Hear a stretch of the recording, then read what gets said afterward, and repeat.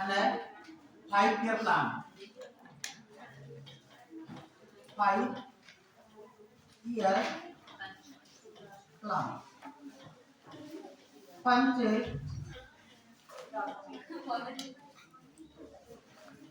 पंचवर्षीय योजना, पंचवर्षीय योजना 5 year प्लान। ठीक है ना। जैसा कि आप लोगों को पिछली क्लास में हमने पंचवर्षीय योजना के बारे में कुछ महत्वपूर्ण बातें बताया था और आज इसी को और भी आगे हम लोग देखेंगे। सबसे पहले देखिए, भारत में जो आर्थिक विकास किया गया है वो किसके माध्यम से? पंचवर्षीय योजनाओं के माध्यम से। अन्य पंचवर्षीय योजनाओं के माध्यम से पंचवर्षीय योजना की शुरुआत हमने आपको दिखाया था पिछली क्लास में पूरा कि पहली पंचवर्षीय योजना का जो टाइम ड्यूरेशन है वो कब से कब तक है? 1 अप्रैल 1951 से 31 मार्च 1966। ऐसे ही द्वितीय पंचवर्षीय योजना का टाइम ड्यूरेशन तृतीय, चतुर्थ, पांचवी, छठी, सातवीं, आठवीं, नौवीं, 10वीं, 11वीं और 12वीं पंचवर्षीय योजना का टाइम ड्यूरेशन आपको लिखाया गया था। और कहीं पे कोई गैप है जहां पे पंचवर्षीय योजना नहीं चलाया गया है तो उसके बारे में भी बताया गया था। क्यों वहां पे गैप है इसके बारे में भी हम लोगों ने वहां पे देखा था। आज उसी को हम लोग थोड़ा सा विस्तार से देखेंगे। कहां से देखेंगे? विस्तार से। तो सबसे पहले देश में विकास के लिए पंचवर्षीय योजनाओं का जो शुरुआत किया गया देश की स्वतंत्रता के बाद, ठीक है। देश की स्वतंत्रता के पूर्व देश के विकास के लिए क्या प्रयास किए गए उसके बारे में भी थोड़ा सा हम लोग यहीं पे जो है उसको भी जान लें कि क्या प्रयास जो है देश की स्वतंत्रता से पहले किया गया। जैसे अगर हम बात करें अंग्रेजों के समय में, खास करके है ना, अंग्रेजों के समय में देश में आर्थिक विकास हेतु क्या किया गया और फिर इसके बाद हम लोग देख लें देश की स्वतंत्रता के बाद पंचवर्षीय योजनाओं के माध्यम से देश में आर्थिक विकास हेतु क्या किया गया। जैसे कहा जाता है, आप लोगों को मालूम भी होना चाहिए कि भारत में नियोजन का जनक किसे कहा जाता है? कोई बता सकते? भारत में नियोजन का जनक एम विश्वेश्वरैया। एम विश्वेश्वरैया, ठीक है ना, किसे? एम विश्वेश्वरैया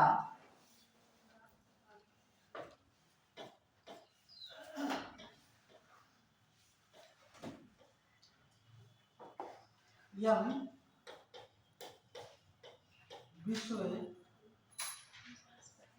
विश्वेश्वरैया को भारत में नियोजन, किसका बेटा? नियोजन का जनक कहा जाता है। नियोजन का जनक कहा जाता है। फादर ऑफ प्लानिंग, है ना। फादर ऑफ प्लानिंग किसे कहा जाता है? एम विश्वेश्वरैया को। ये एम विश्वेश्वरैया थे क्या? एम विश्वेश्वरैया की अगर हम बात करें तो यह एक इंजीनियर थे और राजनयिक थे, ठीक है ना। यह क्या थे? यह एक इंजीनियर एवं राजनयिक। अच्छा, इन्हें ही क्यों कहा जाता है? दरअसल में एम विश्वेश्वरैया ने क्या किया था 1934 में। कब बेटा? 1934 में इन्होंने एक पुस्तक लिखी थी, ठीक है ना। 1934 में इन्होंने प्लैनेट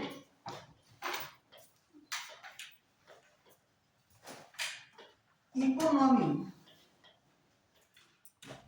फॉर इंडिया, इन्होंने 1934 में एक पुस्तक लिखी थी जिसका नाम था प्लैनेट इकोनॉमी फॉर इंडिया, ठीक है ना।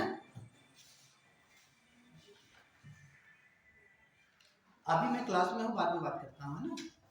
अने क्या लिखा बेटा, अने इन्होंने प्लेनेट इकोनॉमी फॉर इंडिया, ठीक है, जो है इन्होंने पुस्तक कब लिखी, 1900, ठीक है। इसमें इन्होंने पहली बार बताने की कोशिश की है कि भारत में, ठीक है ना, पहली बार बताने की कोशिश की कि भारत में जो है विकास के लिए कुछ प्लान बनाना चाहिए, ठीक है ना। इसीलिए एम विश्वेश्वरैया को क्या कहा जाता है, फादर ऑफ प्लान या father of plan, M Visvesvaraya, ठीक है ना। कब, 1934 में। इसके बाद क्या किया गया, जब इन्होंने बात की थी, समय कौन सा दौर चल रहा था, ये अंग्रेजों का समय था, और उस समय हमारा देश क्या था, अंग्रेजों के अधीन था, और हमारे देश में एक क्रांति चल रही थी देश को स्वतंत्र कराने के लिए। जब देश को स्वतंत्र कराने के लिए विचारधाराएं चल रही थी, जब इन्होंने इस बात को कहा, तो नो डाउट कि जो है उस समय देश में जो भी हमारे क्रांतिकारी रहे होंगे, जो भी देश को स्वतंत्रता कराने के लिए जो कार्य कर रहे होंगे, उनके भी जो है जहन में इस बात को गया होगा कि हमारे देश के विकास के लिए कुछ योजनाएं होनी चाहिए, हो गया होगा कि नहीं। और उस समय हमारे देश में अगर भारत की तरफ से देखा जाए तो सबसे बड़ी जो राजनीतिक संस्था थी वो कौन थी, भारतीय राष्ट्रीय कांग्रेस। भारतीय राष्ट्रीय कांग्रेस ने क्या किया, 1900 देखेंगे 1938 में, 1938 में भारतीय राष्ट्रीय कांग्रेस का एक अधिवेशन हुआ था। कहाँ पे हुआ था बेटा, हरिपुरा में, बहुत से लोग जानते होंगे, ठीक है। हरिपुरा में भारतीय राष्ट्रीय कांग्रेस का अधिवेशन हुआ था, और इसे भारतीय राष्ट्रीय कांग्रेस के जो अध्यक्ष थे कौन थे, सुभाष चंद्र बोस। इसके जो अध्यक्ष थे कौन थे, सुभाष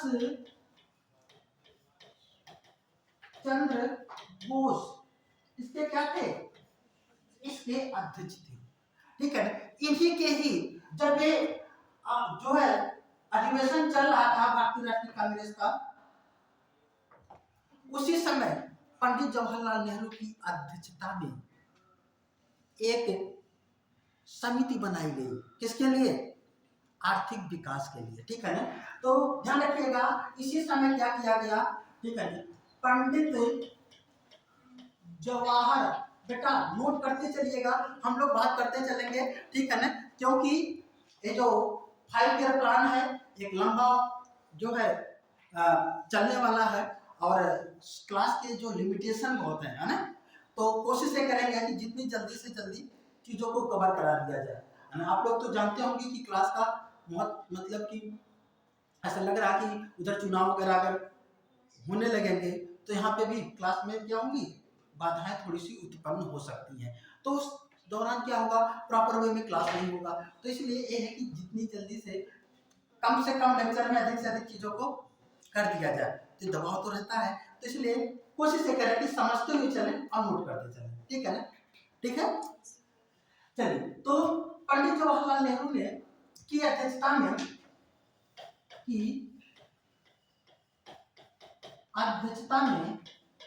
एक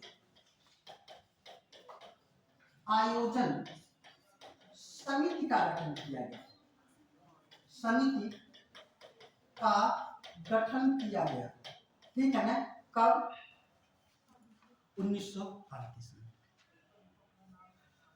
समय बीतता गया, भारतीय राष्ट्रीय कांग्रेस के मंच से भी देश के आर्थिक विकास के लिए प्लान की बातें होने लगी, और ऐसे में 1944 का थोड़ा सा और आगे दौर देख के लिए 1944 में, ठीक है ना, 1944 में एक योजना बनती है, और वो योजना क्या थी, ध्यान रखिएगा। इस 1944 में हमारे देश के 8 बड़े बड़े उद्योगपतियों का एक समूह इकट्ठा होता है, और वे देश के विकास के लिए, ठीक है ना, एक योजना बनाते हैं, ठीक है ना। तो लिख लीजिएगा, 1944 में देश के विकास के लिए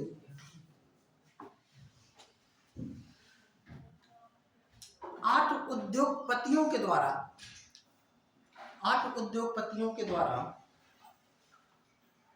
a plan for economic development in India, a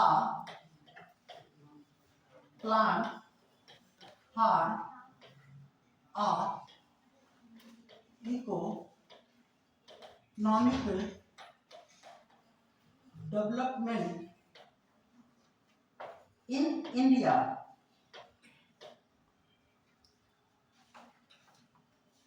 बनाया गया। ठीक है ना, इकोनॉमिक डेवलपमेंट इन इंडिया बनाया गया, जिसे जिसे बॉम्बे प्लान, जिसे बॉम्बे प्लान के नाम से जाना जाता है। किस प्लान के नाम से? बॉम्बे प्लान के नाम से, जिसे बॉम्बे प्लान के नाम से जाना जाता है। इस प्लान के लेखक अर्देशियर दलाल थे। लेखक कौन थे इसके बेटा? लेखक अर्देशियर दलाल। कौन लेखक थे? अर्देशियर दलाल थे इसके लेखक। बॉम्बे प्लान किसके द्वारा अगर कहा जाता तैयार किया गया था तो आठ उद्योगपतियों के द्वारा। किसने लिखा था? तो अर्देशियर साहब ने लिखा था। और इसके अध्यक्ष कौन थे? इसके जो अध्यक्ष थे, प्रेसिडेंट थे, जो अध्यक्ष थे, लिख लीजिएगा, अध्यक्ष जे.आर.डी. टाटा। नाम तो सुना होगा, जे.आर.डी. टाटा इसके अध्यक्ष थे। कौन थे? जे.आर.डी. टाटा। और इसके उपाध्यक्ष कौन थे बेटा? उपाध्यक्ष, इसके उपाध्यक्ष थे दामोदास बिड़ला। कौन थे? दामोदास बिड़ला इसके उपाध्यक्ष थे। ठीक है ना, ध्यान रखिएगा।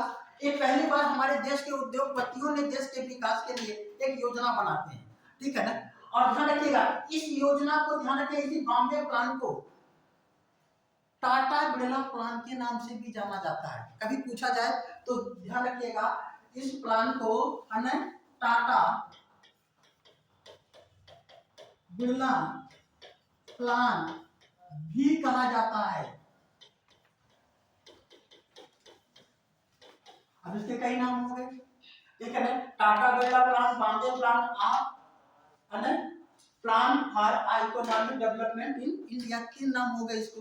ठीक है ना, इसके अध्यक्ष कौन थे? जे.आर.डी. टाटा। उपाध्यक्ष कौन थे? दामोदर बिड़ला थे। लेखक कौन थे? अर्देशियर दलाल थे। अच्छा, ये किए क्या थे? हमने पहले ही बताया कि यह 8 उद्योगपतियों का क्या था? समूह। ये जो 8 उद्योगपति थे, इन लोगों ने अपने देश के विकास के लिए कुछ टारगेट निर्धारित किए। क्या टारगेट निर्धारित किए? लिख लीजिएगा, इस प्लान के द्वारा, ठीक है ना, इस प्लान के द्वारा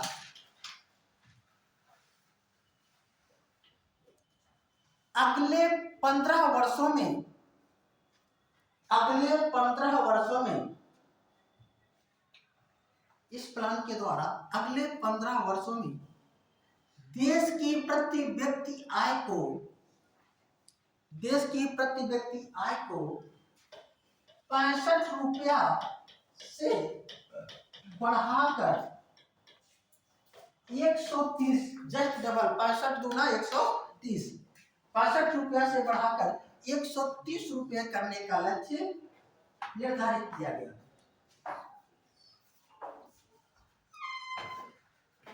ठीक है ना, 65 रुपया से बढ़ाकर के कितना? 130। और क्या कहा गया? कहा गया पूरे इस कार्यकाल के दौरान, ठीक है ना, 10,000 करोड़ रुपए का निवेश किया जाएगा। निवेश किया जाएगा। ठीक है ना, ये तो क्या था? बॉम्बे प्लान था। कितने का? 10,000 रुपए का। यद्यपि ध्यान रखिएगा 10,000 रुपए नहीं पूछेगा, प्रति व्यक्ति आय भी नहीं पूछेगा, लेकिन इसे याद रखें तो आपको कभी मेंस में लिखने में या ये सब इंफॉर्मेशन रहेगा तो आपको पढ़ने में भी अच्छा लगेगा ना बेटा। ठीक है, चलिए, तो ये हो गया। अब क्या हुआ? इसी समय महात्मा गांधी का नाम सुना होगा। भारत छोड़ो आंदोलन महात्मा गांधी ने कब चलाया था? 1942 में। ठीक है। इस समय महात्मा गांधी और भी ख्याति प्राप्त कर लिए थे। महात्मा गांधी की भी एक विचारधारा चल रही थी, है ना। महात्मा गांधी की विचारधारा में क्या था, महात्मा गांधी की जो विचारधारा थी वो गांव को लेकर के, जिसे हम लोग गांधीवादी विचारधारा भी कहते हैं, या गांधीवादी विकास भी कहते हैं, या गांधीवादी प्लान भी कहते हैं, है ना। इसी समय 1944 में, ध्यान रखिएगा, 1944 में एक गांधीवादी, है ना, योजना भी चली, ठीक है ना, जिसे हम गांधीवादी प्लान या गांधी प्लान के नाम से भी जानते हैं। क्या कहते हैं, गांधी प्लान, है ना। गांधी प्लान में क्या था, ठीक है, चलिए इसको समझना बहुत ज्यादा जरूरी है। गांधी प्लान सबसे पहले तो इसे तैयार किसने किया था, इन्हीं के एक शिष्य थे श्रीमन नारायण। श्रीमन नारायण ने क्या तैयार किया था, गांधी जी की बातों को समझते हुए इन्होंने इसको तैयार किया। श्रीमन नारायण को ध्यान रखिएगा, कभी कभी पूछा जाता है गांधीवादी योजना को किसने तैयार किया था या प्लान को किसने तैयार किया था, तो श्रीमन नारायण। महात्मा गांधी का विचार, महात्मा गांधी का विचार था देश का विकास करना है तो गांव का विकास जरूरी, या यूं कहिए कि इनका विचार था कि भारत का विकास, देश का विकास करना है तो भारत का विकास करना है। भारत से इनका मतलब क्या था, भारत और इंडिया। हमारे संविधान के पहले आर्टिकल्स में, है ना, कहा गया है India that is Bharat should be a state of union. India जो भारत होगा वह राज्यों का क्या होगा, मतलब देश के लिए दो नाम का प्रयोग मिलता है। जब कभी आप लोग एग्जाम में पूछा जाए देश के लिए संविधान में कितने नाम मिलते हैं, तो केवल दो, इंडिया और भारत, तीसरा नाम नहीं, हिंदुस्तान नहीं मिलता है, ठीक है, ध्यान रखिएगा। तो जो है इन्होंने कहा कि देश का विकास करना है तो भारत का विकास करना है। भारत के विकास से इनका मतलब था कि ग्रामीण क्षेत्र का विकास, क्योंकि हमारे देश की अधिकांश आबादी कहाँ पे रहती है, ग्रामीण क्षेत्र में। ग्रामीण क्षेत्र के लोग देश को क्या कहते हैं, भारत कहते हैं। शहर के लोग क्या कहते हैं, इंडिया कहते हैं, है ना। तो इन्होंने कहा कि भारत का विकास करना होगा, मतलब ग्रामीण क्षेत्रों पर फोकस करना होगा। इतना इसका मतलब हुआ कि जो गांधीवादी जो विचारधारा थी या जो गांधीवादी जो प्लान होगा वो किसको केंद्रित करके होगा, गांव। तो गांवों को स्वावलंबी बनाना था। इसमें क्या था, ठीक है ना, श्रीमन नारायण ने क्या कहा कि गांव को स्वावलंबी बनाया जाए।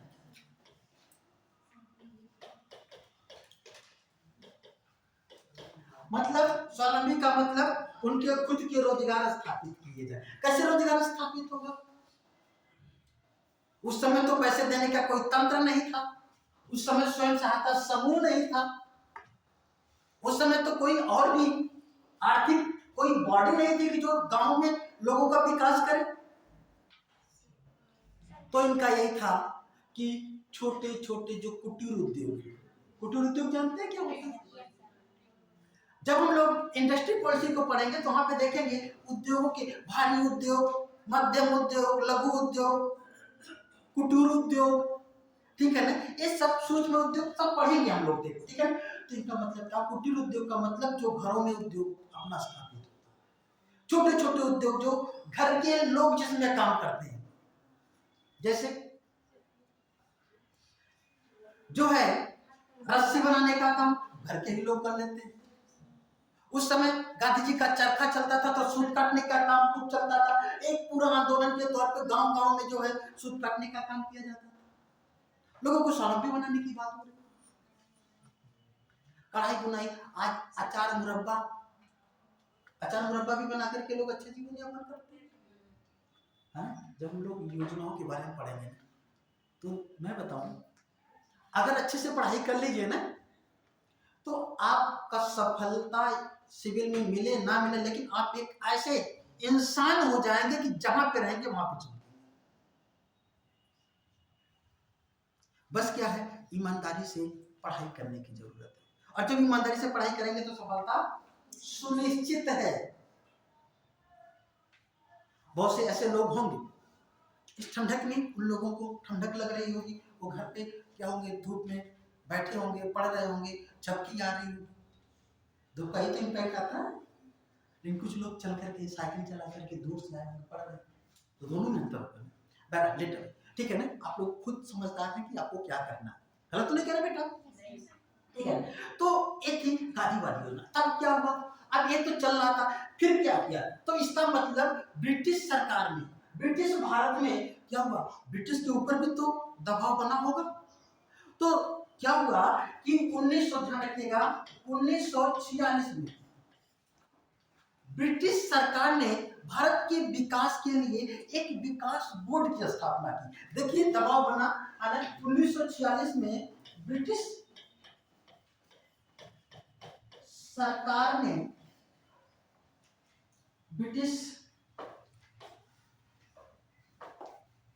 ने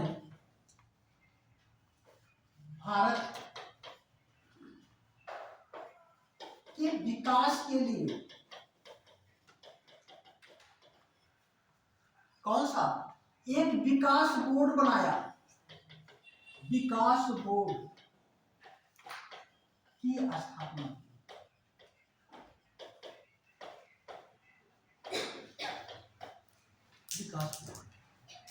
यह ज्यादा दिन तक नहीं चला, यद्यपि ये 2-3 साल तक चला, 1946 में चला और 1948 में खत्म हुआ, ठीक है ना, ये चला, ठीक है ना। ये विकास बोर्ड किसने बनाया था, ब्रिटिश सरकार, ठीक है। अब इसके बाद क्या किया गया, इसी 1945 में, 1945 में, है ना, एम.एन. राय का नाम सुना है आप लोगों ने, एम.एन. राय साहब ने भी एक, है ना, जो है प्लान के बारे में, है ना, इंडिया प्लानिंग के बारे में इन्होंने भी बात की, ठीक है ना, इंडिया प्लान की बात की, कब, 1945 में, 48 नहीं बेटा 45 है, ठीक है ना, इसको 48 में लिखना, ये क्या है 1945, ठीक है ना। चलिए, और ऐसे ही ये चलता रहा, और फिर ध्यान रखें कि 1946 में एक कमेटी बनाई गई थी, 1946 में, कौन सी कमेटी थी, कैसी, नियोगी समिति, कैसी नियोगी समिति ये बनाई गई थी, यद्यपि इसने अपनी रिपोर्ट जाकर के दी, बहुत बाद में कई रिपोर्ट इसने दी, और इस रिपोर्ट के माध्यम से इसने कहा था कि देश के विकास के लिए एक ऐसी संस्था बनाई जाए जो देश के विकास के लिए क्या करे, कार्य करे। और जो है फिर इसी समिति ने एक सिफारिश और भी दी थी कि देश के विकास के लिए पंचवर्षीय योजनाओं का निर्माण किया जाए, और उस पंचवर्षीय योजनाओं के निर्माण के लिए योजना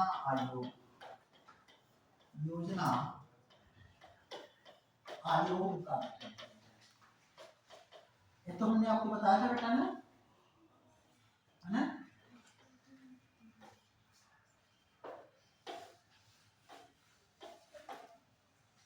योजना आयोग का क्या किया जाए, गठन किया जाए, ठीक है ना। किसने कहा था,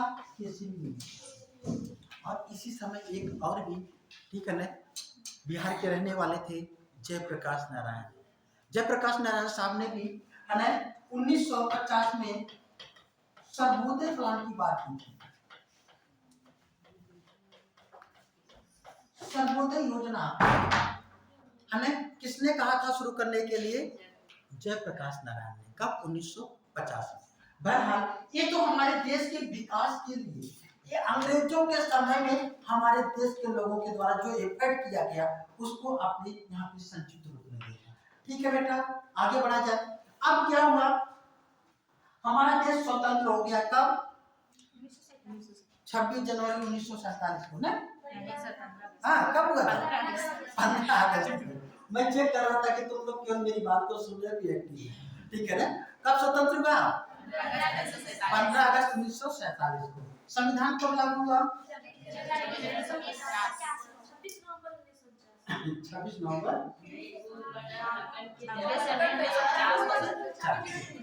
आंशिक रूप से 26 नवंबर 1949 को, और पूर्ण रूप से 26 जनवरी 1950। 26 जनवरी 1950 को संविधान लागू होने के बाद हमारे देश के विकास के लिए पंचवर्षीय योजना का निर्माण किया गया। किसके द्वारा? योजना आयोग का गठन 15 मार्च 1950 में योजना आयोग का गठन किया गया और योजना आयोग ने फट से जो है देश के विकास के लिए पंचवर्षीय योजना का निर्माण किया और क्या किया? पहली पंचवर्षीय योजना को लागू कर दिया। कब? 1 अप्रैल 1951 से 31 मार्च 1956। अब हम लोग पंचवर्षीय योजनाओं को भी पढ़ना शुरू करेंगे। हेडिंग डालिएगा, प्रथम पंचवर्षीय योजना।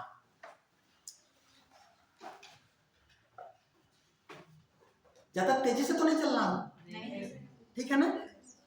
स्पीड तेज हो तो बता देना, सब थोड़ा सा स्पीड स्लो करना, ठीक है ना? वैसे पकड़ लो, ठीक है? क्या भैया, क्या कह रहे हैं? कुछ कह रहे हैं? तेजी से बोला करें, मैं भी सुन सकूं, ठीक है ना? कोई भी बातें हो शेयर जरूर किया करें। मन में ही बोलेंगे तो आनंद नहीं आता है, ऐसी बातों सब लोग आनंद है ना? चलिए, पहली पंचवर्षीय योजना के बारे में हम लोग देखेंगे, है ना? क्या क्या चीजें, क्या क्या परिस्थितियां रही।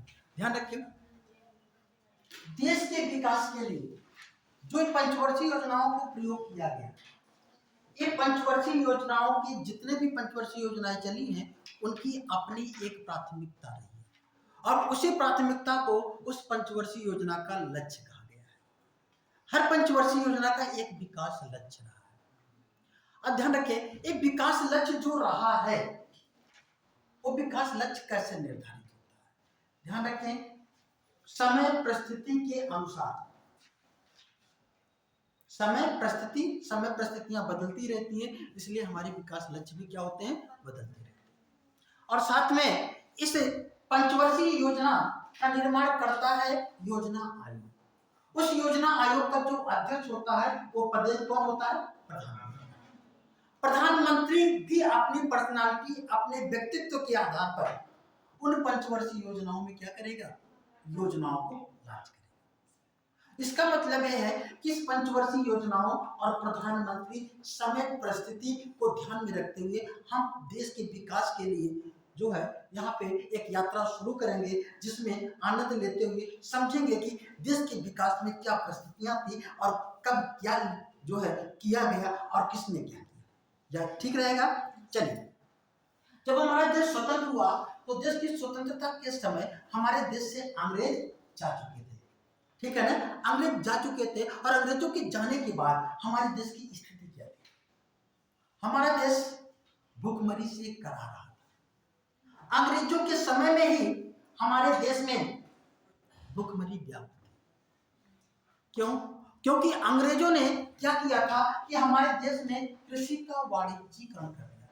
कृषि का वाणिज्यीकरण से मतलब क्या होता है? कृषि का वाणिज्यीकरण का मतलब हुआ कि कृषि को वाणिज्यिक फसलों की तरफ मोड़ देना। उन्होंने क्या किया कि उन्होंने अपने लाभ को अधिकतम करने के लिए कपास की खेती को प्रमोट किया, नील की खेती को प्रमोट किया। प्रमोट ही नहीं किया बल्कि बाध्य किया लोगों को कि आप अपने खेत में इतनी खेती करें। आप लोगों ने सुना होगा तिनकठिया प्रथा। तिनकठिया प्रथा में क्या था? कोई भी किसान अपनी भूमि के 20वें हिस्से के तीसरे भाग पर उनको नील की खेती करनी ही थी। इससे क्या होगा? इससे मान लीजिए कोई किसान है, उसको खाद्यान्न की आवश्यकता है, ठीक है ना? उसको खाद्यान्न की कमी है, तो अपनी मर्जी से वो खाद्यान्न की बुआई नहीं कर पाएगा तो क्या होगा? खाद्यान्न का उत्पादन कम होगा तो खा कम पाएगा, भूखमरी के कगार पे लोग पहुंचेंगे। और दुर्भाग्य कि उस समय अंग्रेजों के समय में हमारे देश में ढेर सारे अकाल भी पड़े, बारिश नहीं होती थी, महामारियों का प्रकोप होता था। पता लगा कि गांव के गांव साफ हो जाते थे। आप लोगों को हमने बताया था कि 1921 की जो जनगणना थी, उस जनगणना को जब किया गया तो पिछले 10 सालों में जनसंख्या बढ़ने की बजाय जनसंख्या कम हुई। ये अंग्रेजों के समय में हमारे देश में, इसका मतलब अंग्रेजों के समय में कृषि व्यवस्था चौपट हो गई थी। उद्योग धंधे भी प्रगति नहीं कर रहे थे। यद्यपि अंग्रेजों ने हमारे देश में आधुनिक उद्योगों की नींव तो रखी, लेकिन हमारे जो यहाँ पे परंपरागत उद्योग थे, जो कुटीर उद्योग थे, उसको चौपट कर दिया। अपनी गलत नीतियों के कारण, अपने लाभ को अधिकतम करने के लिए अंग्रेजों ने, ध्यान रखिएगा, हमारे देश में यद्यपि आधुनिक भारत के निर्माण में उन्होंने नींव तो रखी थी, लेकिन वो नींव इसलिए नहीं रखी थी कि हम लोगों को लाभ हो, बल्कि वे इसलिए रखे थे जिससे कि वे अधिक से अधिक शोषण कर सके, उसका अधिक से अधिक लाभ उठा सके। अंग्रेजों ने हमारे देश में रेलवे का विकास किया, इसे उद्देश्य नहीं किया कि हमको रेलवे का बहुत बड़ा लाभ मिलेगा, बल्कि उन्होंने इसलिए किया कि जिससे कि दूर दराज से क्या है, जो कच्चा माल है वो हम बंदरगाहों तक पहुंचा सकेंगे और उन बंदरगाहों से उस कच्चे माल को अपने देश ले जा सकेंगे, ठीक है। और इसमें क्या था, नील और कपास, और फिर अपने देश में मिल फैक्ट्रियों में कपड़ा बनाएंगे और भारत में कपड़े को ला करके बेचेंगे। और ध्यान रखिएगा, प्राचीन मध्यकाल भारत में, आधुनिक भारत में जो हैंडलूम का कार्य था वो बहुत ही पॉपुलर था। हमारे देश में कपड़े का उत्पादन दो तरीके से होता है, एक होता है बेटा हैंडलूम और दूसरा होता है पावर। हैंडलूम का मतलब जो हाथ से कपड़ा बनाया जाता है, और पावरलूम का मतलब जो मशीनों से बनाया जाता है। आपको मालूम है कि जब हाथ से कपड़ा बनाया जाएगा तो उसमें लागत भी ज्यादा लगेगी, समय भी ज्यादा लगेगा, और हमारे देश में तो ही व्यवस्था थी ना अंग्रेजों के समय में हैंडलूम वाली। और अंग्रेज क्या करते थे, बड़े बड़े मशीनों के माध्यम से कपड़े का उत्पादन करते थे और ला करके हमारे देश में उल्टा बेचते थे। आप जानते हैं आज भी हमारे देश का जो हैंडलूम सेक्टर है बहुत पिछड़ा है। पिछड़ा इसलिए कि लोग उस पर ध्यान ही नहीं देते। आप लोग जानते हैं कि खादी भंडार में वही हैंडलूम वाले कपड़े मिलते हैं। कितने लोग खादी भंडार के कपड़े पसंद करते हैं, नेताओं वगैरह के छोड़ दीजिए, पसंद नहीं करते हैं, वो दिखाने के लिए वो करते हैं कि हम खादी का कपड़ा पहन रहे हैं, बाकी सब पावरलूम के कपड़े यूज करते हैं ना। हाँ, महंगे पड़ते हैं। लेकिन आप बताइए, एक हमारे देश में एक ऐसा तंत्र जो बहुत पहले से चला आ रहा है, अगर उस कपड़े को हम लोग यूज नहीं करेंगे, हम लोग यूज करेंगे, थोड़ा सा हमको भले ही महंगा लगेगा, लेकिन उससे जुड़ी हुई बहुत से लोगों का जीवन बच जाएगा। आप जानते हैं हमारे देश में वेबर की बहुत बड़ी प्रॉब्लम है। वेबर का मतलब बुनकर है ना, बुनकरों की बड़ी बहुत समस्या बेटा, हमने तो बहुत नजदीक से देखा इसको, ठीक है ना।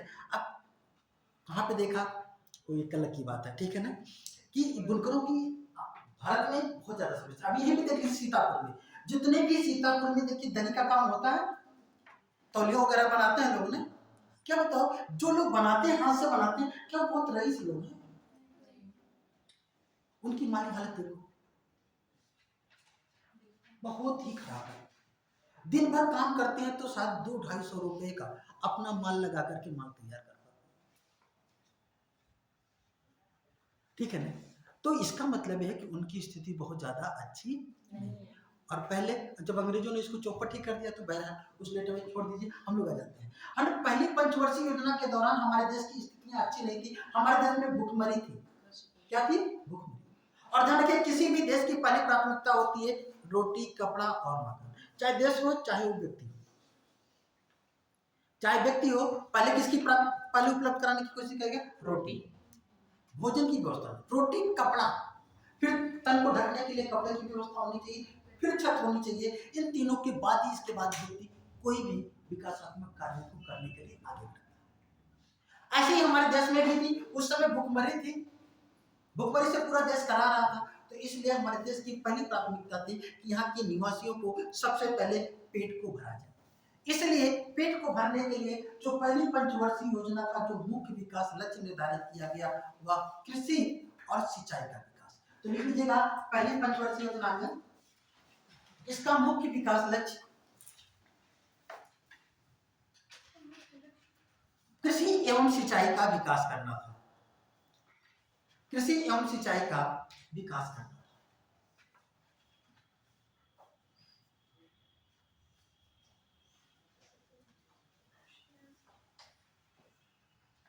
इस पंचवर्षीय योजना के दौरान, इस पंचवर्षीय योजना के दौरान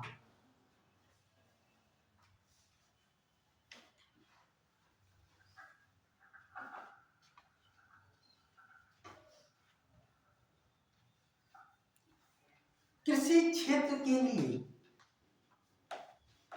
कुल बजट आवंटन का लगभग 40% एग्जैक्ट था 39.9 40% आवंटित किया गया।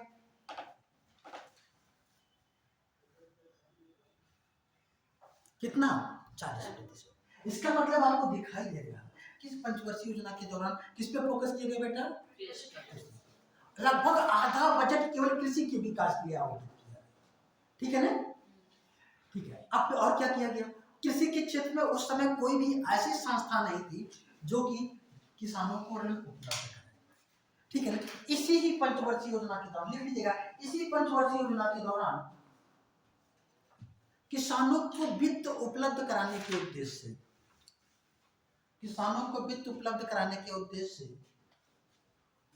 1955 में गोरवाला समिति की सिफारिश पर, कौन समिति थी? गोरवाला समिति की सिफारिश पर, कौन सी समिति बेटा? गोरवाला समिति की सिफारिश पर इंपीरियल बैंक का राष्ट्रीयकरण कर, हमने कौन सी समिति? गोरवाला समिति। कौन सी बैंक थी? इंपीरियल बैंक का राष्ट्रीयकरण कर उसका नाम स्टेट बैंक ऑफ इंडिया कर दिया। उसका नाम स्टेट बैंक ऑफ इंडिया कर दिया। ठीक है ना? Imperial bank. आप जल्दी बोल रहे हैं, छूट जा रहा है। चलो मैं सोच रहा हूँ जल्दी से खत्म करना है। हमने 2 क्लास निर्धारित की है पंचवर्षीय योजना के लिए। ठीक है ना? क्या लिखा? छोड़ा। ठीक है ना? क्या लिखा? इसी पंचवर्षीय योजना के दौरान किसान को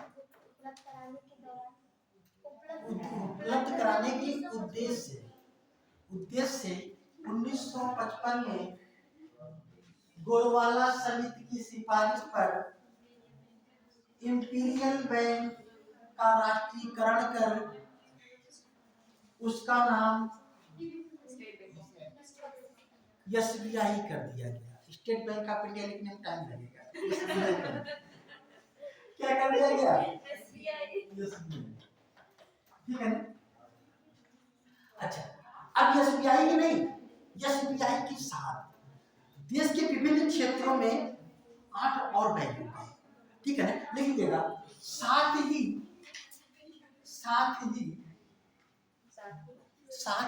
देश के विभिन्न क्षेत्रों में, साथ ही देश के विभिन्न क्षेत्रों में स्थापित रियासत बैंकों, देश के विभिन्न क्षेत्रों में स्थापित रियासत बैंकों का राष्ट्रीयकरण कर, अच्छा रियासत बैंकों कहाँ लिखा है? वहां पे 8 रियासत बैंकों लिखा, 8 रियासत बैंकों का राष्ट्रीयकरण कर स्टेट बैंक ऑफ इंडिया के साथ जोड़ दिया गया। स्टेट बैंक ऑफ इंडिया के साथ जोड़ दिया गया, जिन्हें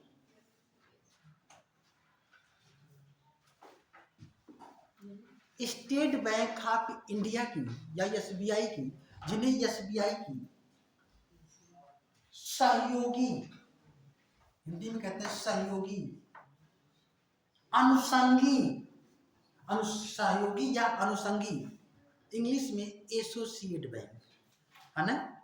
सहयोगी या अनुषंगी बैंक कहा गया, एसोसिएट बैंक। ठीक है ना?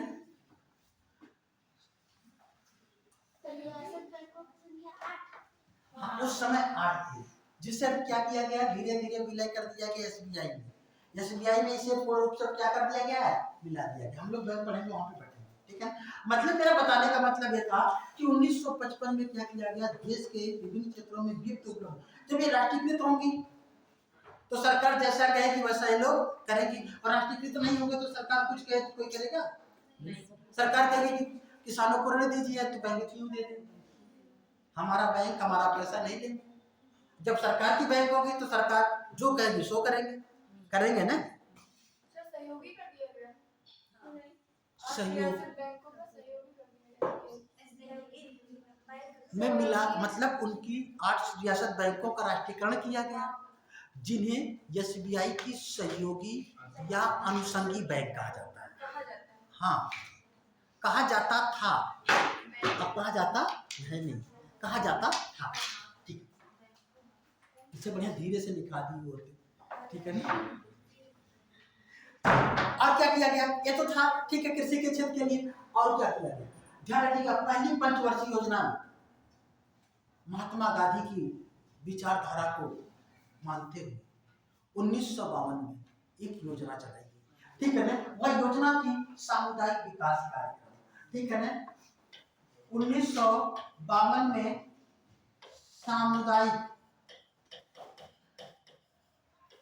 सामुदायिक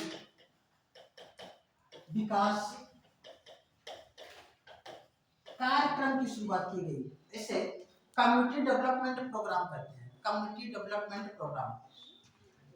development programme was started in 1952 due to first 5-year plan।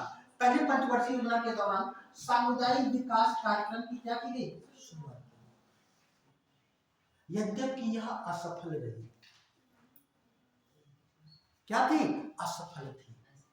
लेकिन ये आज भी खूब पूछा जाता है। क्यों? क्योंकि देश की स्वतंत्रता के बाद देश के विकास के लिए अगर कोई योजना चलाई गई तो उसका नाम था सामुदायिक विकास। आज भी पूछा जाता है सामुदायिक विकास कार्यक्रम की शुरुआत कब की गई थी? तो 1900। दूसरा लिख लीजिएगा, 1953 में राष्ट्रीय प्रसार सेवा कार्यक्रम की शुरुआत की गई। राष्ट्रीय प्रसार सेवा कार्यक्रम की शुरुआत की गई।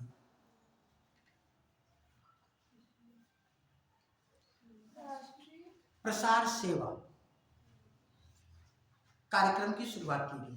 यह भी असफल थी। राष्ट्रीय प्रसार सेवा कार्यक्रम की शुरुआत की गई, यह भी असफल थी।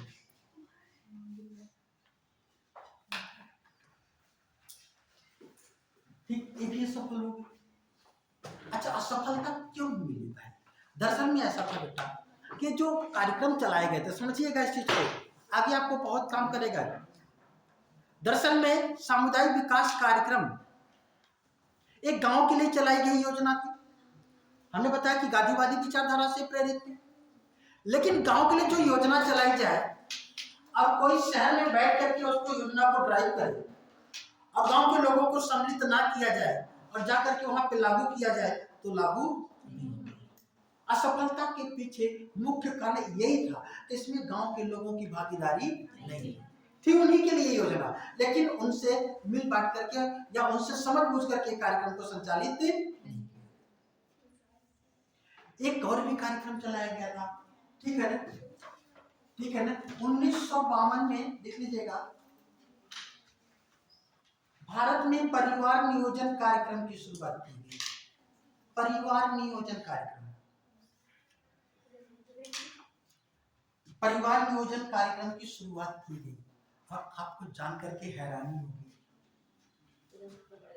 है ना, परिवार नियोजन कार्यक्रम की शुरुआत करने वाला विश्व का पहला देश कौन सा है? भारत। परिवार नियोजन कार्यक्रम को लागू करने वाला विश्व का पहला देश भारत है, लेकिन फिर भी यहाँ की जनसंख्या पहले, ठीक है ना।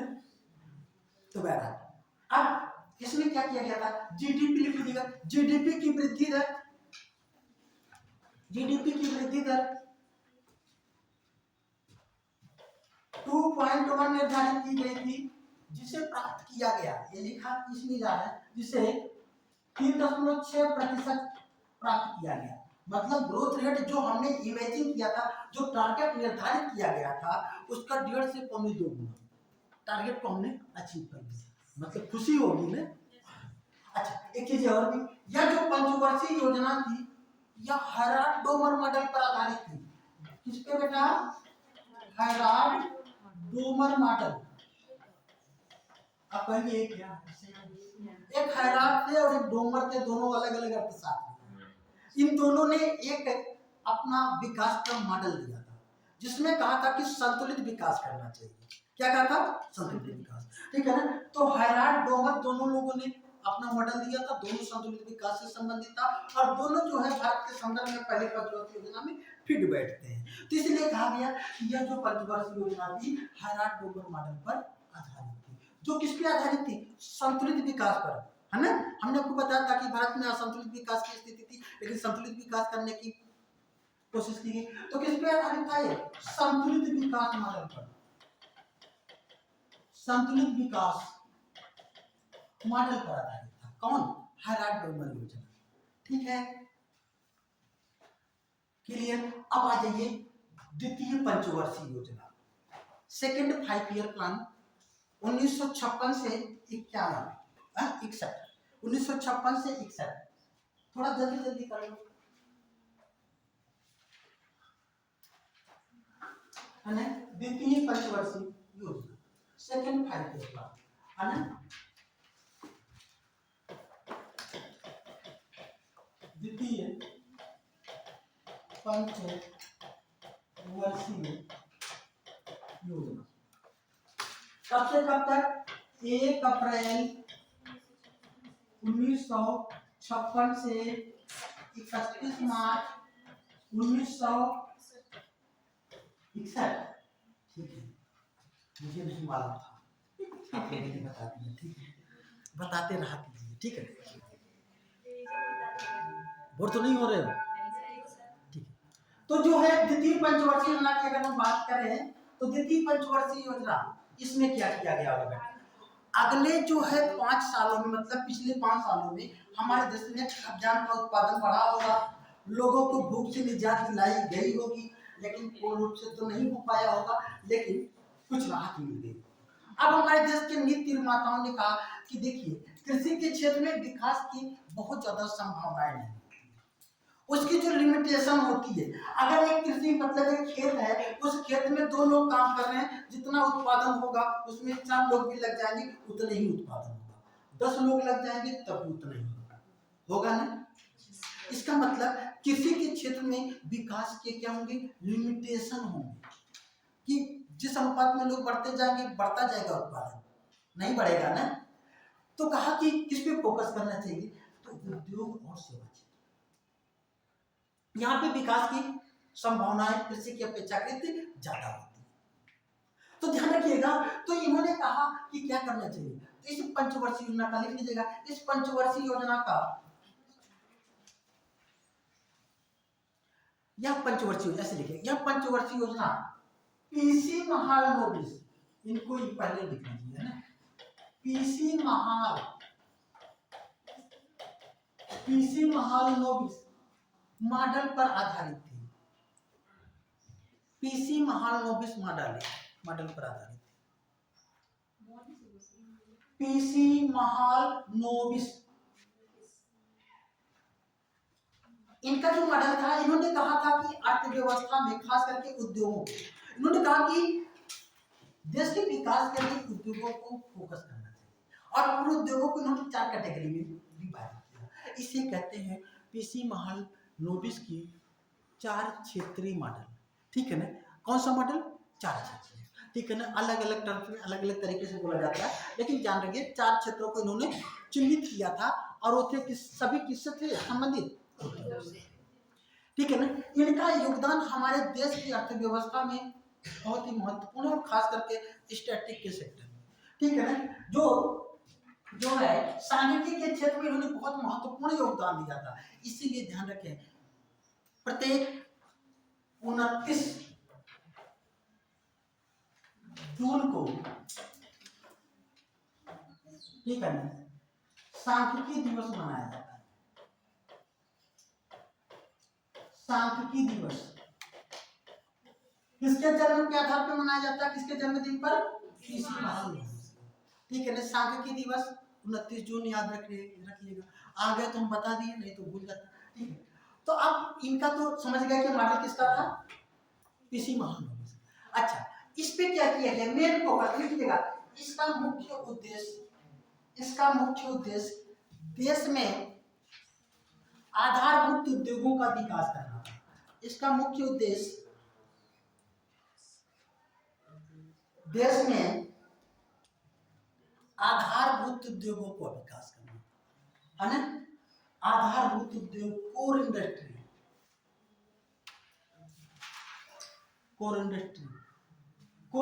के अंतर्गत सबसे पहले हम लोग इसको समझ लें, आधारभूत उद्योग होते क्या है। हमने बताया था आधारभूत उद्योग, देखिए उद्योगों को मुख्य रूप से दो भागों में विभाजित किया जाता है, एक आधारभूत उद्योग और दूसरा विनिर्माण उद्योग, कंस्ट्रक्शन इंडस्ट्री और मैन्युफैक्चर इंडस्ट्री। कंस्ट्रक्शन इंडस्ट्री को ही कोर इंडस्ट्री भी कहते हैं, आधारभूत उद्योग कहते हैं। जब जीडीपी पढ़ा रहे थे तो बताया तो था, नहीं बताया? आधारभूत उद्योगों में किसे किसे रखा जाता है?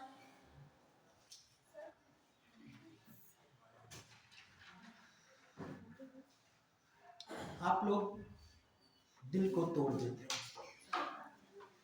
कुछ बता दिया करो, मैं भी खुश हो जाया करूं बच्चे पढ़ रहे। ठीक है, फिर भी बोल दे रहा हूं, ठीक है। आधारभूत उद्योग उन उद्योगों को कहा जाता है जो अन्य उद्योगों के लिए आधार का काम करते हैं। इसके अंतर्गत देश के अलग अलग क्षेत्रों के 8 उद्योग शामिल किए जाते हैं, जैसे आपका इस्पात उद्योग हो गया, सीमेंट उद्योग हो गया, कच्चा तेल उद्योग हो गया, बिजली उद्योग हो गया, ठीक है ना, कोयला उद्योग हो गया। ये सभी क्या कहलाते हैं बेटा? आधारभूत उद्योग।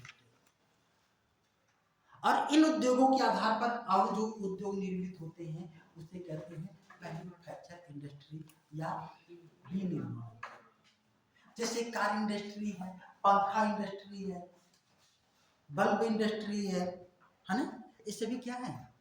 विनिर्माण। क्योंकि पंखा का आधार का काम कौन किया? इस्पात। अगर इस्पात नहीं होता तो पंखा बन पाता, कार बन पाती। तो इसलिए इसे हम मैन्युफैक्चर सेक्टर के अंतर्गत रखते हैं। और जो कोर का काम करते हैं किसी भी इंडस्ट्री के लिए उसे हम कोर इंडस्ट्री कहते हैं। भूलेंगे तो नहीं, फिर नहीं भूलेंगे ना, चलिए भूल भी जाएंगे तो कोई बात नहीं, एग्जाम में आए तो क्वेश्चन सही करेंगे। मुझे बताओ, कोई दिक्कत नहीं, बताओ ना बताओ कोई बात नहीं पड़ता, ठीक है ना। बस एग्जाम में क्वेश्चन सही हो जाना चाहिए, यही हमारी गुरु दक्षिणा है ना। हो जाएगा सर? हाँ, विनिर्माण में निर्माण में तो क्या होगा? बिजली से और भी उद्योगों को हम डेवलप करते हैं, ठीक है ना। पानी से हो, कोयला से हो, किसी से भी, ठीक। चलिए, तो हम बात कर रहे थे कि द्वितीय पंचवर्ष। देखिएगा इस पर, देखिए हमारी चीजें और नहीं बता रहे थे। हमारे देश के 2 प्रधानमंत्री जो उद्योगों के विकास पर सबसे ज्यादा फोकस किए। एक हमारे देश के प्रथम प्रधानमंत्री पंडित जवाहरलाल नेहरू, ध्यान रखिएगा, पंडित जवाहरलाल नेहरू इस समय हमारे देश के प्रधानमंत्री, पहली पंचवर्षीय योजना के भी दौरान इन्होंने, और दूसरे कौन प्रधानमंत्री? नरेंद्र मोदी साहब। इन दोनों के उद्योगों के विकास में केवल एक आधारभूत अंतर यह है कि पंडित जवाहरलाल नेहरू ने विनिर्माण उद्योगों पर नहीं बल्कि निर्माण उद्योगों पर, आधारभूत उद्योगों के विकास पर फोकस किया था। और वर्तमान में जो प्रधानमंत्री जी है उन्होंने क्या है? विनिर्माण उद्योग, मैन्युफैक्चर इंडस्ट्री पर फोकस किया है ना। इनकी ढेर सारी ऐसी योजनाएं हैं, है ना। मेक इन इंडिया इसमें से एक है, बनाओ भारत में बेचो कहीं पे, है ना। चलो तो देख लीजिएगा, इस पंचवर्षीय योजना का मुख्य विकास लक्ष्य आधारभूत उद्योगों का विकास करना था। हो गया? देखिएगा, इस पंचवर्षीय योजना में 1956 में द्वितीय औद्योगिक नीति लाई गई। 1956 में द्वितीय औद्योगिक नीति लाई गई।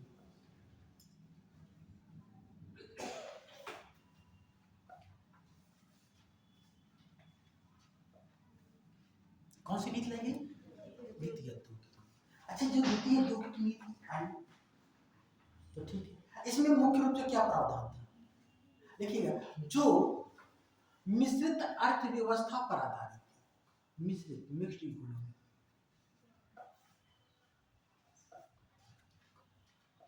इसका मतलब निजी निवेशकों के द्वारा पूंजी निवेश की बात की जा रही है ना। इस पंचवर्षीय योजना के दौरान देश में 3 आधारभूत इस्पात उद्योग या कहिए 3 इस्पात उद्योग, इस पंचवर्षीय योजना के दौरान देश में 3 इस्पात उद्योग स्थापित किए गए। कौन कौन से? पहला है दुर्गापुर इस्पात उद्योग। दुर्गापुर इस्पात उद्योग कहाँ पे है बच्चा? दुर्गापुर पश्चिम बंगाल में। कहाँ पे? पश्चिम बंगाल, ठीक है ना, पश्चिम बंगाल में। इसमें सहयोग किसने किया था इसको स्थापित करने के लिए? किसने किया था?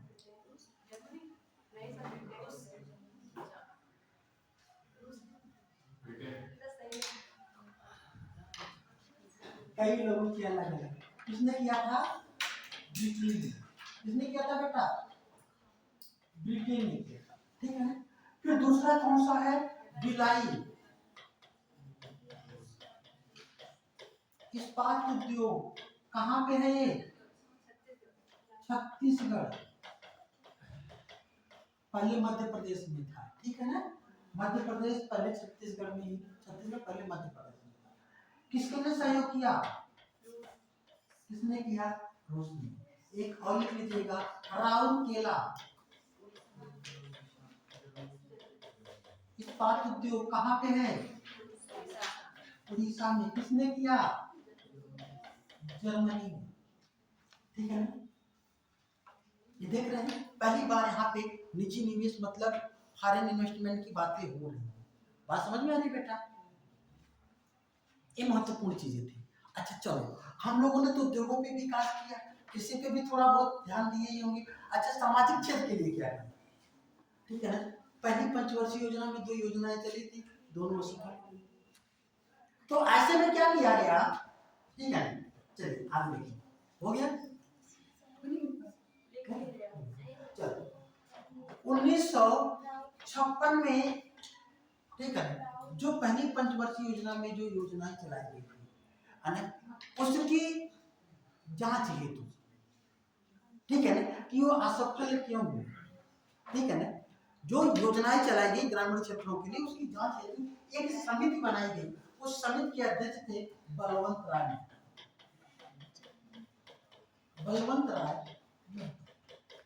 बलवंत राय मेहता उस समिति के अध्यक्ष थे। और उनसे कहा गया कि आखिर में ये जो योजनाएं हैं ग्रामीण क्षेत्रों की असफल क्यों हो गई, और कैसी योजनाएं बनाई जाए जिससे कि ग्रामीण क्षेत्रों में योजनाएं अच्छे से लागू। बलवंत राय मेहता साहब ने अपनी सिफारिश देते हैं। कब? 1917। ये अपनी रिपोर्ट में कहते हैं, क्या कहते हैं? कहते हैं कि अगर गांव का विकास करना है तो गांव के विकास के लिए एक काम करना होगा, पंचायती राज व्यवस्था में।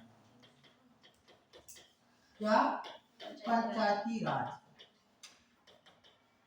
व्यवस्था का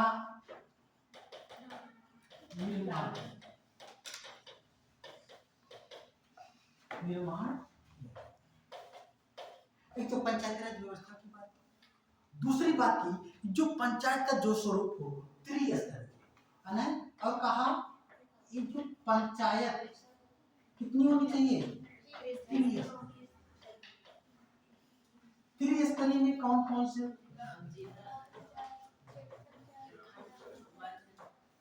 है ना? ग्राम पंचायत,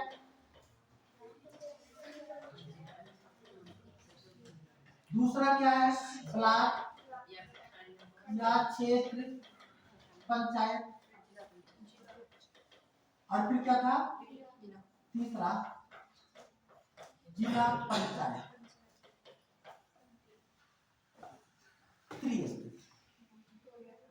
और एक चीज और भी कहा था,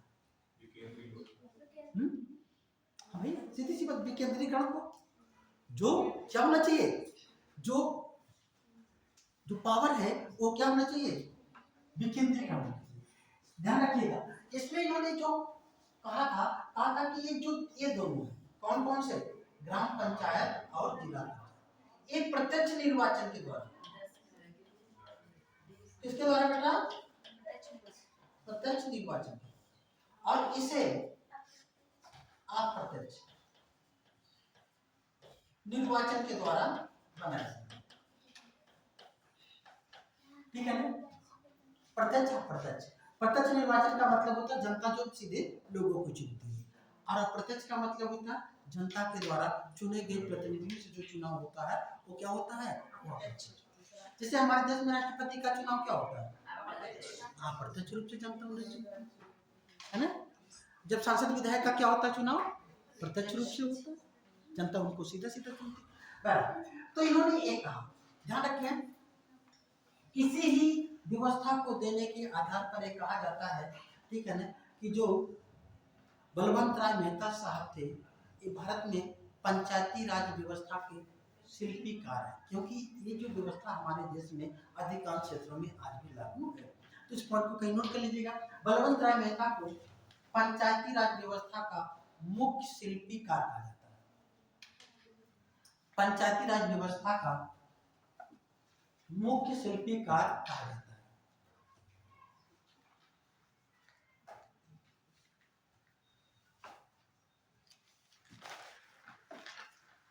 क्या कहा जाता है, मुख्य शिल्प। अब इन्होंने सिफारिश तो दे दी, कह दिया, ठीक है, अब हुआ क्या, ये बात संसद में गई, और संसद ने क्या किया, ध्यान रखना बेटा,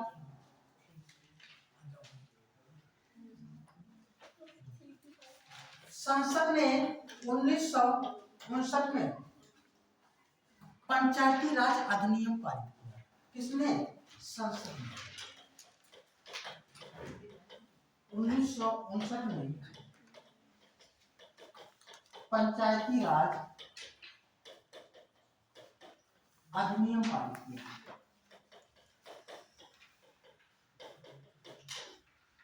संसद ने कहा कि देश के जितने भी राज्य हैं वे अपने राज्य में क्या बनाए, पंचायत संगठन का निर्माण करें।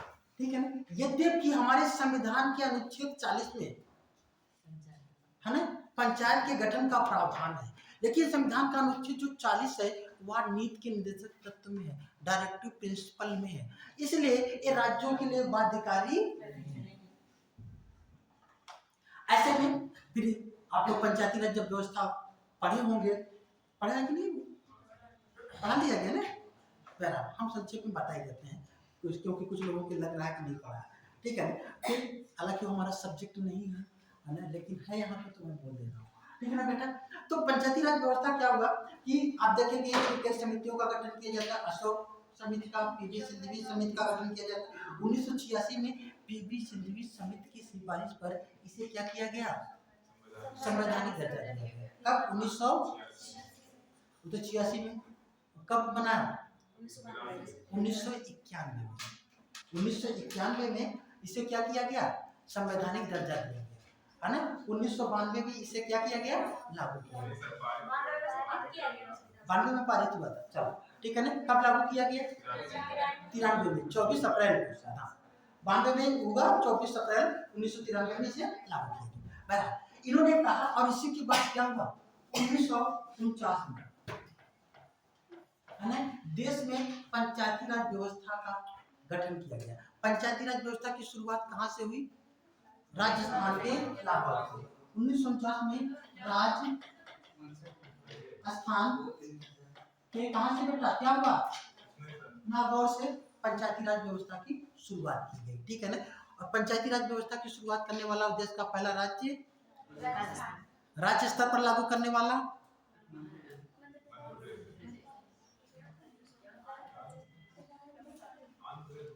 आंध्र प्रदेश। ध्यान रखिएगा, अगर शुरुआत तो कहाँ पे, नागौर के जिले में हो गया था, लेकिन पूरे राज्य के स्तर पर सभी जिलों में शुरुआत कहाँ पे हुआ था, आंध्र प्रदेश, ठीक है। बहरहाल लेटर है। तो एक दूसरी पंचवर्षीय, तीसरी पंचवर्षीय योजना है, डालेगा तीसरी पंचवर्षीय योजना।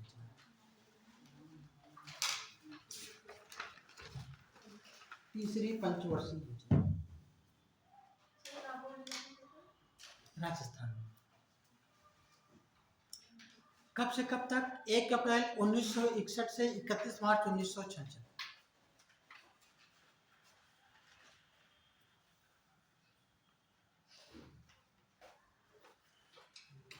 ठीक है ना? लिखिएगा, इस पंचवर्षीय योजना का मुख्य विकास लक्ष्य, इस पंचवर्षीय योजना का मुख्य विकास लक्ष्य अर्थव्यवस्था में आत्मस्फूर्ति की अवस्था को प्राप्त करना था। आत्मस्फूर्ति, सेल्फ रिलायंस, आत्मस्फूर्ति की अवस्था को प्राप्त करना था।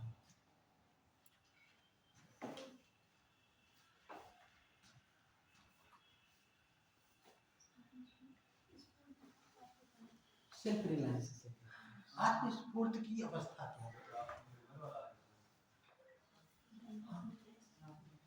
आत्मस्फूर्ति से संबंध क्या सास है? देखिए, अभी तक हमारे देश, देखिए ये जो पंचवर्षीय योजना थी, इसके निर्माण के समय भी हमारे देश के जो प्रधानमंत्री थे वो कौन थे? पंडित जवाहरलाल नेहरू।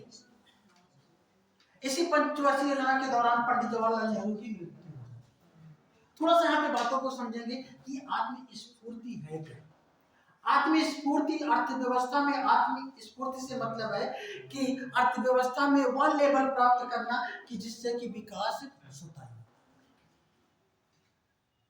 पहले क्या था कि अभी तक हमारे देश की जो पहली पंचवर्षीय योजना, दूसरी पंचवर्षीय योजना जो चली है, इसको करने के लिए संतुलित विकास मॉडल को हम लोगों ने अपनाया है। इसके लिए हमने आपको बताया था कि हमें विदेशी पूंजी की जरूरत पड़ी होगी, हमने कर्ज लेकर के विकास किया। लेकिन तीसरी पंचवर्षीय योजना में एक महत्वाकांक्षी लक्ष्य निर्धारित किया गया कि अब हम ऐसा विकास करेंगे जो स्वतः ही होता है, मतलब हम डिपेंडेंसी दूसरों के ऊपर नहीं रखेंगे।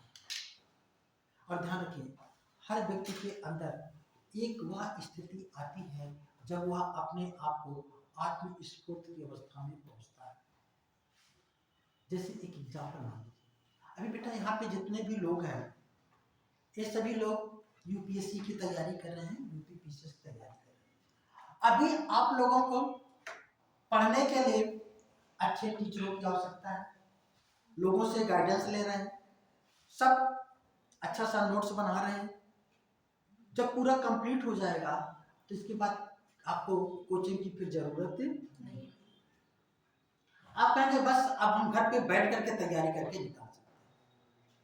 और जब इस अवस्था पे पहुंच जाएंगे तो इसे कहेंगे कि आत्मस्फूर्ति की अवस्था। मतलब स्वतः ही अब जब आप पढ़ने लगे, स्वतः ही ज्ञान प्राप्त करने लगे, स्वतः ही आपका विकास होने लगे, वही क्या है? आत्मस्फूर्ति की अवस्था। अभी आपको आपके विकास के लिए अभी आपके पेरेंट्स क्या कर रहे हैं? सपोर्ट कर रहे हैं, पैसा दे रहे हैं, शिक्षा दे रहे हैं, एजुकेशन दे रहे हैं, ट्रेनिंग दे रहे हैं कि ऐसे नहीं ऐसे करना चाहिए। लेकिन एक समय आएगा जब पेरेंट्स क्या करेंगे? अपना सपोर्ट पीछे से हटाएंगे और आप ऑटोमेटिक क्या करोगे? अपना ग्रोथ करेंगे। तो अर्थव्यवस्था में भी ऐसे ही है कि अभी तो हम क्या है, साइड से स्टेपनी लगा के चल रहे हैं, है ना, ऋण लेकर के विकास कर रहे हैं। लेकिन इस विकास के चरम पर पहुंच जाना कि जिससे कि हम क्या करें? स्वतः ही विकास करते रहे, हमको किसी की आवश्यकता नहीं। लक्ष्य तो बहुत ही महत्वाकांक्षी, बहुत अच्छा था, उत्तम था, लेकिन इसे प्राप्त नहीं किया जा सका। उसके पीछे रीजन ये था कि ये पंचवर्षीय योजना सबसे असफल रही। पॉइंट कर लीजिएगा, यह पंचवर्षीय योजना सबसे असफल रही।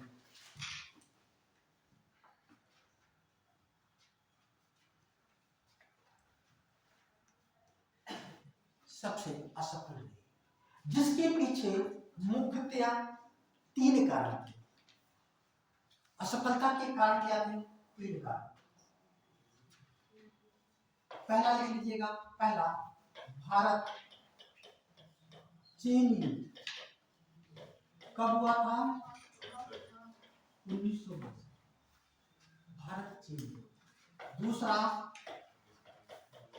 भारत पाकिस्तान युद्ध कब हुआ था? 1950। और तीसरा 1965 और 66 में देश में पड़ा आका।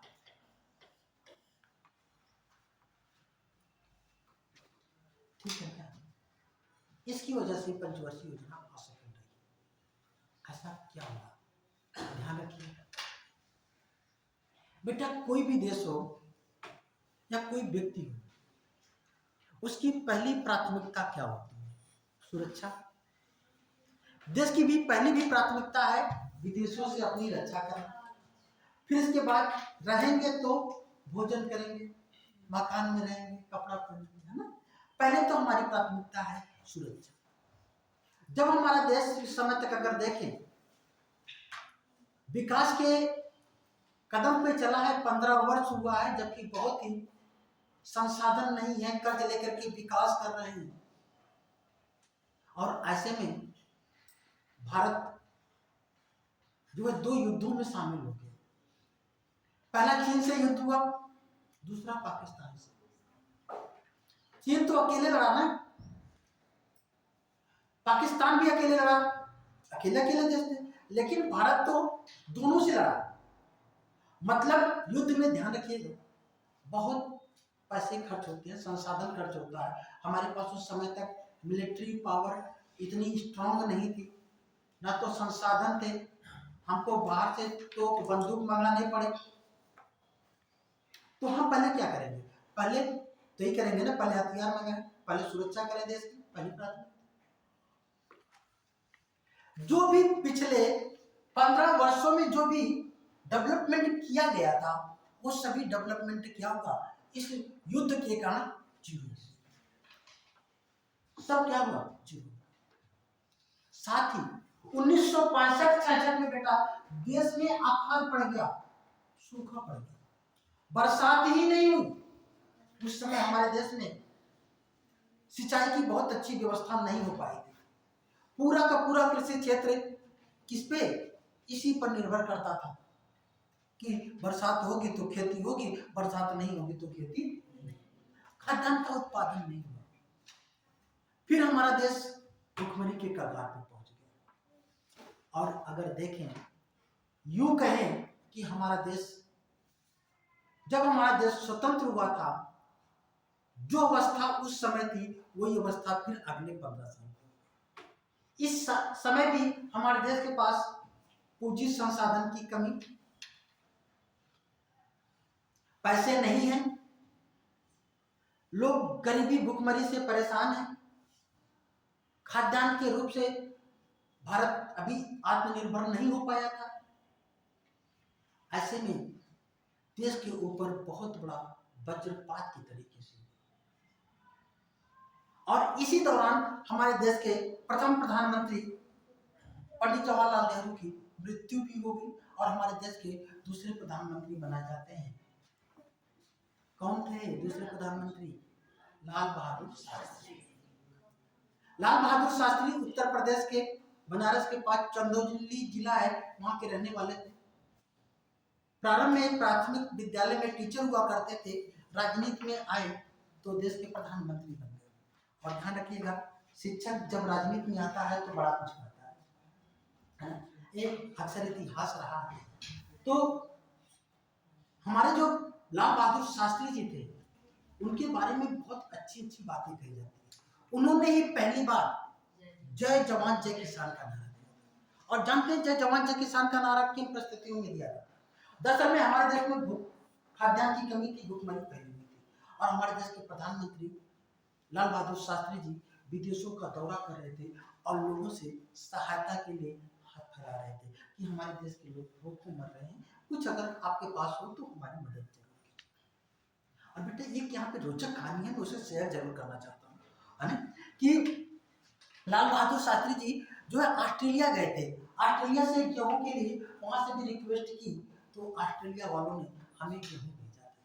ध्यान रखिएगा, एक प्रवृत्ति अपने आप से भी कभी जोड़ करके देखिएगा, गरीबी और अमीरी की। एक अमीर व्यक्ति होता है, गरीब व्यक्ति को खाना कैसे देता है? जो खराब खाना है उसको दे देता है। घर में आपके अगर कोई झाड़ू पोछा करने के लिए आती होगी तो ठीक है, उसको कोई सामान तब तक नहीं देते जब तक अच्छा है, जब खराब हो जाता है तो उससे कहते हैं उठा ले जाओ अपने बच्चों को खिला दे। होता है ना, एक ह्यूमन नेचर है। एक गरीबी अमीरी की ये थोड़ी सी यहाँ पे एक गैपिंग दिखाई देती है। ऑस्ट्रेलिया उस समय भाई मजबूत देश के रूप में अस्तित्व में था। भाई अगर मजबूत नहीं था तो भुखमरी नहीं थी, हमारे लोग वहाँ पे अनाज का खाद्यान्न की मांग करते थे। इसके बाद ऑस्ट्रेलिया वालों ने हमारे देश में खाद्यान्न भेजा, सड़ा हुआ गेहूं आया था।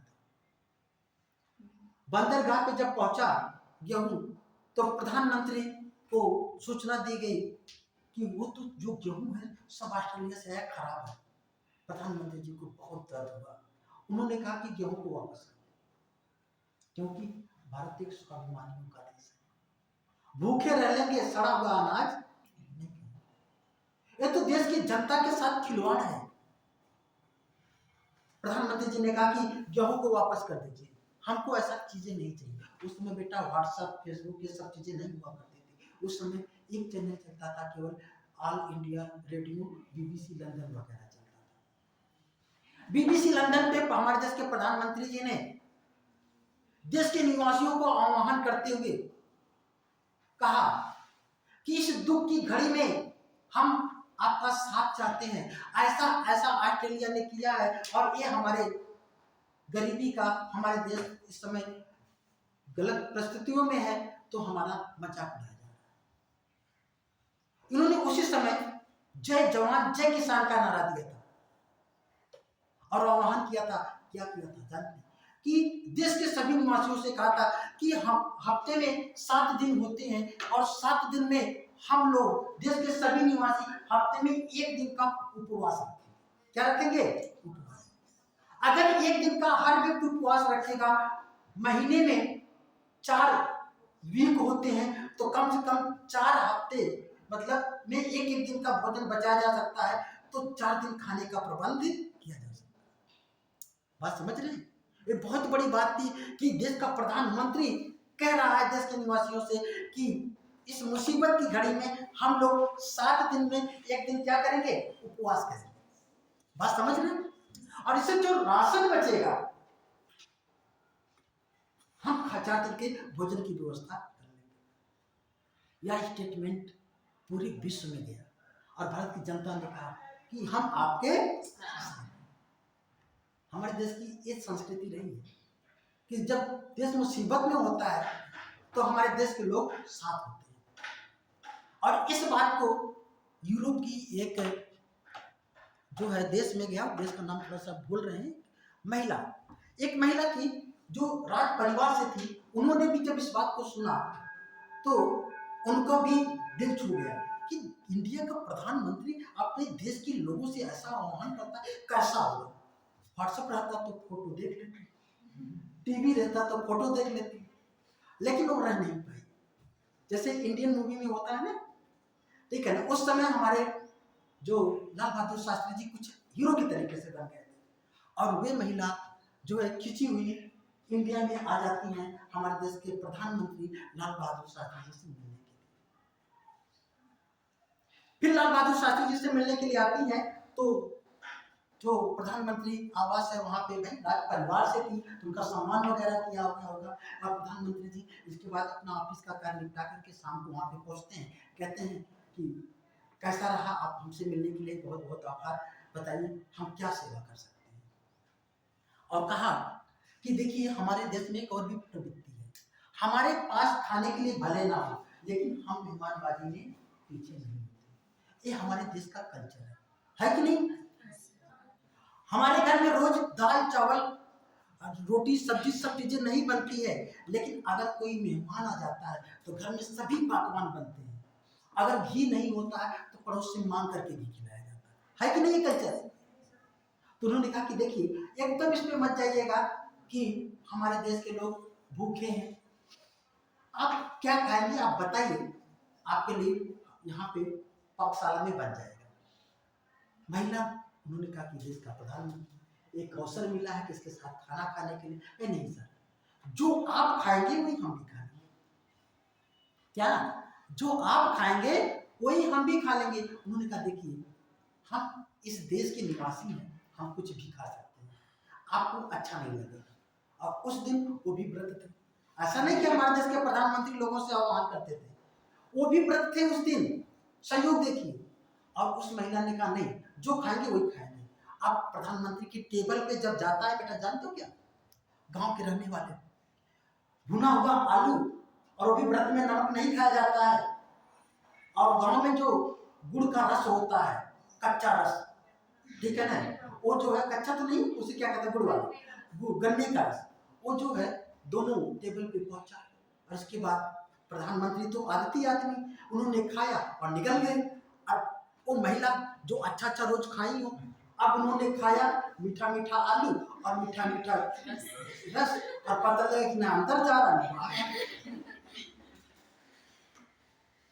प्रधानमंत्री जी ने समझ गए, कहे कि कोई बात नहीं मैम, कोई दिक्कत नहीं, आप भी कुछ बताएं, दूसरी चीजें बनवा देते, आपको पसंद नहीं है। उन्होंने महिला की जानती प्रतिष्ठा में अपनी जान दे देते। कहा कि नहीं कुछ नहीं, कोई ऐसे ही थोड़ा सा स्वास्थ्य सही नहीं है, ऐसे ही नाम कुछ दिक्कत नहीं, ठीक है। और महिला पूरी रात वैसे भूखी रही होगी। प्रधानमंत्री जी समझ गए, सुबह कहें जो खाना बनाने वाला था, एक काम करो भाई, अच्छी अच्छी चीजें बना लेना है, बहुत दिन हो गया था, है हमको भी अच्छी अच्छी चीजें खाए, वो भी आई है कम से कम मेहमान, तो भी खा लेंगी, हम भी खा लेंगे। ये बातें बेटा किसी को मालूम नहीं चला। और वो महिला जो कि राज परिवार से थी, उसने अपने ऑटोबायोग्राफी में लिखा इस बात कि मैं इंडिया गई थी तो मेरे साथ ऐसा हुआ था। और उसके पहले ही हमारे देश के प्रधानमंत्री अपने कार्यकाल के दौरान ताशकंद समझौते में उनकी मृत्यु हो गई थी। इसके बारे में जानकारी तो 20-25 साल के बाद मिली। तो ऐसे थे हमारे देश के प्रधानमंत्री लाल बहादुर शास्त्री। जब उनका नाम आता है तो ये बातें, ये घटना, ये चीजें एकदम मन को बहुत झकझोर देती है ना, कि ऐसी व्यवस्था थी हमारे देश में। चलिए, तो इसके बाद क्या हुआ, हमारे प्रधानमंत्री जी देश को खाद्यान्न के रूप से आत्मनिर्भर बनाने के लिए भी कई कदम उठाए। कदम उठाने के दौरान ध्यान रखिए, इसी के दौरान 1900 तीसरी पंचवर्षीय योजना थी, 1966 मार्च 1966 हमारे देश में हरित क्रांति की शुरुआत की। किसकी शुरुआत बेटा? हरित क्रांति। हरित क्रांति की शुरुआत की। अच्छा, हरित क्रांति, अब यहाँ पे ग्रीन रेवोल्यूशन शब्द आते हैं, ठीक है ना, इस पे थोड़ा सा बात कर लेते हैं, समय समाप्त हो जाता है, ठीक है। हरित क्रांति, विश्व में सबसे पहले हरित क्रांति कहाँ पे आई? अमेरिका में। नोट करते चलना, हम बोलते चलेंगे, जल्दी जल्दी नोट करना। विश्व में सबसे पहले हरित क्रांति कहाँ पे आई? अमेरिका में। कब आई थी? 1960 में। 1960 में विश्व में सबसे पहले हरित क्रांति अमेरिका में आई, है ना। हरित क्रांति शब्द का प्रयोग सबसे पहले किसने किया? हरित क्रांति शब्द का प्रयोग सबसे पहले किया था विलियम गेट ने।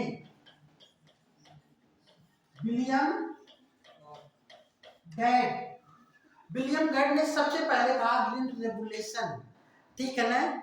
विलियम गेट ने प्रयोग किया था। और ध्यान रखिएगा, हरित क्रांति का जनक किसे कहा जाता है? जनक नॉर्मन बोरलॉग को किसे कहा जाता है? Norman Borlaug. नॉर्मन बोरलॉग कहाँ के निवासी थे? हमें कहाँ के थे बेटा? ये मैक्सिको के निवासी थे। बाद में इन्होंने अमेरिका की नागरिकता ग्रहण कर ली। कहाँ के निवासी? मैक्सिको। और आज भी अंतरराष्ट्रीय गेहूं अनुसंधान संस्थान कहाँ है? मैक्सिको में। कहीं नोट कर लो, अंतरराष्ट्रीय गेहूं अनुसंधान संस्थान, इंटरनेशनल व्हीट रिसर्च इंस्टीट्यूट कहाँ पे है? मैक्सिको में।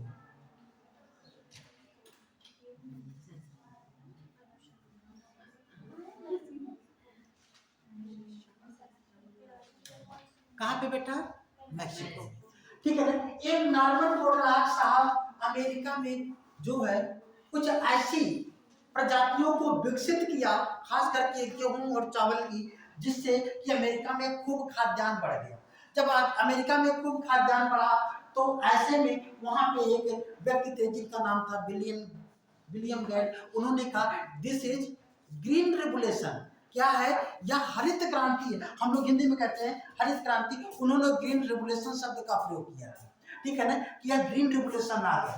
ठीक है। और जब वहां पे आया तो हमारे देश के लोगों ने भी नॉर्मन बोरलाग साहब से जो है आग्रह किया, खास करके हमारे देश के प्रधानमंत्री लाल बहादुर शास्त्री जी जा करके इनसे मिलते हैं और कहते हैं नॉर्मन बोरलाग भैया हमारे देश में तो और भी तबाही है, एक बार आ जाओ मेरे यहाँ।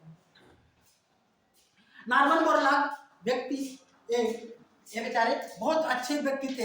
ये इंडिया आते हैं, नॉर्मन बोरलाग साहब इंडिया आते हैं और इंडिया में भी खाद्यान्न के उत्पादन के लिए अपनी कवायद शुरू करते हैं। लेकिन इंडिया के बारे में कुछ नहीं जानते। भाई विदेशी आदमी क्या जानेंगे, है ना। जब ये आते हैं तो यहाँ पे एक अर्थशास्त्री थे एम.एस. स्वामीनाथन। एम.एस. स्वामीनाथन किसको बेटा? एम.एस.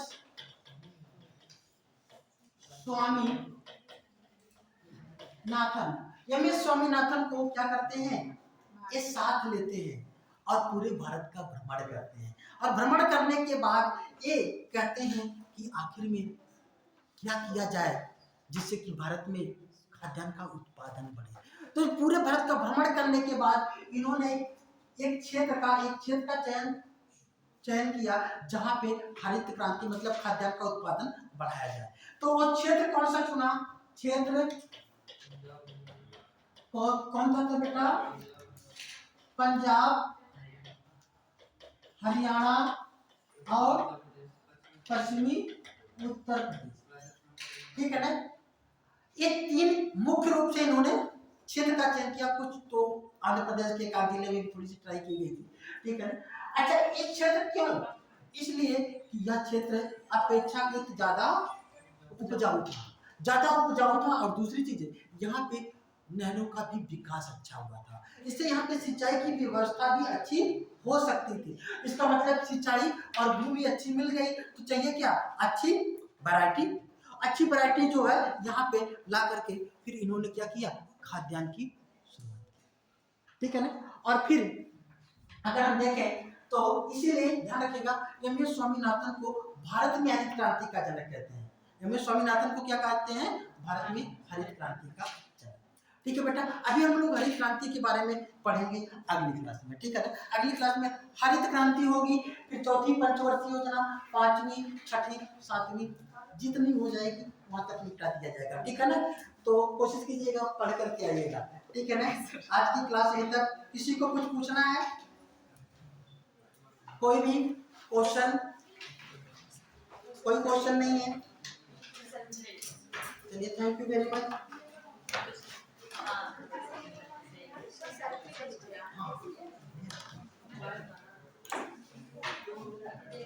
सब लोग बैठे रहेंगे।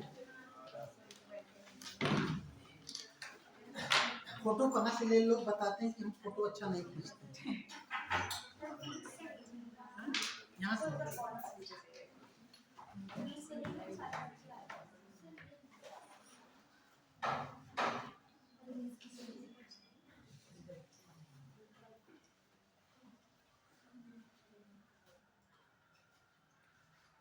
सभी लोग आ रहे हैं?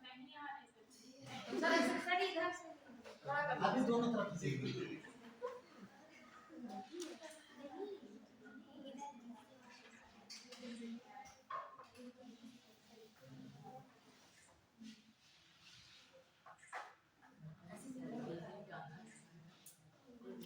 ठीक है ना। बस